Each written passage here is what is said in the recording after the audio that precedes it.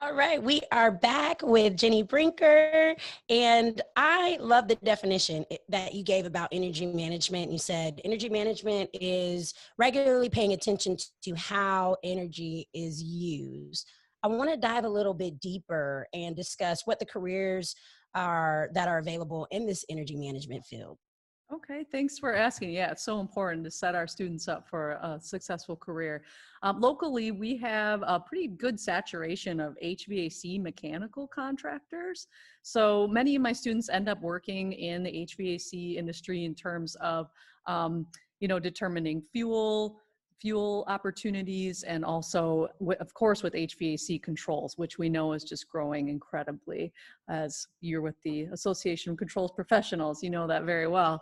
Other students have gone on to work with equipment sales that definitely feed into those controls. So things like variable speed drives, designing lighting programs. There's a lot of sales opportunities in energy efficiency controls.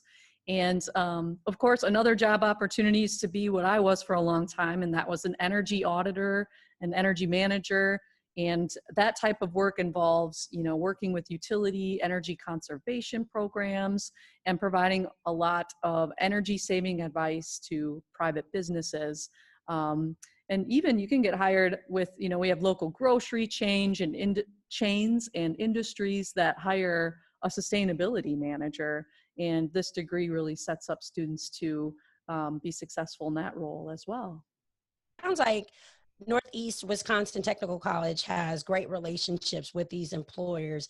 I'd love to dive a little deeper and discuss how your program, well, what does your program do to connect the students? Like, what does that process look like to go from your classroom of instruction to actually becoming an employee of one of these partners?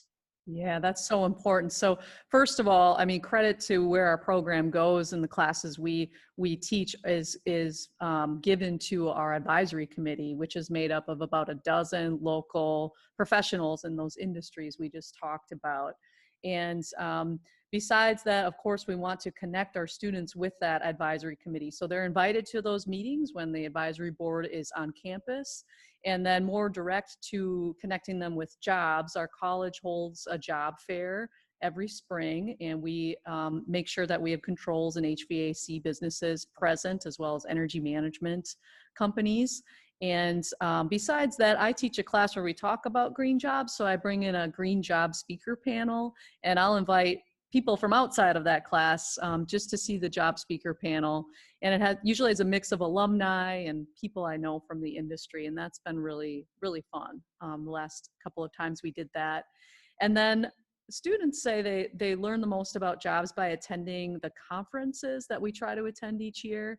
And last spring, for example, we attended one, the Better Business, Better Buildings conference, where students, connect directly with vendors and people from maybe a bigger region than they would with the speakers and job fair locally. Lastly, I'll just say that we require a resume and cover letter. That's a graded assignment. And I mean, I've also kind of tacked on how important a LinkedIn profile is. So when students leave here, they should have not only the skills to work in the industry, but these materials they'll need in order to jump that hurdle of getting the job. I love that you mentioned LinkedIn because especially now, that's such an important tool right now. That is our resume. That is our digital presentation of ourselves. And, that's important to keep that updated and connect with those who are in the industry. And it's so much easier now. Yes, you have to subscribe. Yes, you have to pay, but it's an investment in your career path. So that's wonderful. Let's be I would friends on love LinkedIn, Candace. Let's connect. We have to. Let's connect. I'm going to connect with you after this on the ACP one and my personal one. So we'll have two connections. And I love it. We're talking a lot about, your students, your classroom. But I mean, your students first were high school students. And it's so, to talk about that career pathway that extends back, and I would love to know from your perspective, what steps do you think and suggest that high school students take in order to prepare themselves for a career in, I would say, green energy? I heard you say that a lot of times, green energy. Yeah, I like that term. It's kind of maybe more of what I'm motivated with is saving energy to help save resources and make things a little greener, so to speak. But if you are a high school student or a young person out there interested in the career in this field, I say pay attention. Pay attention to how buildings use energy. Ask people who are operating those things that are using energy, what's going on. And then as far as academic preparation, most high schools offer some kind of environmental science or sustainability type of class. So I would encourage you to take classes related to renewable energy and sustainability. And in our local area, in Green Bay, Wisconsin, and Northeast Wisconsin, high schools offer transferable credit classes, which I understand are available around the country. And transferable credits that you can take related not only to renewable energy, but also to electromechanical skills, AC, DC basic electricity classes, as well as if you can take classes in computer networking, networking communication. Those will all be very good strengths to perhaps even get you an internship or something right out of high school while you pursue further education, whether that be a technical degree. There are several technical degrees out there that are related to energy management and renewable energy. And then, of course, also four-year college degrees related to engineering and sustainability. That was very thorough. And I'm wondering, once these students then transfer, let's say, into your class, you know, we have high school seniors, now they are here at Northeast Wisconsin Technical College, and they are ready for this energy management course. What other skills do they learn other than the technical skills that we described? I kind of want to go more also into the soft skills. What are some of these skills that they learn in your class? Yeah, that is so important, isn't it? Yeah. So communication is key.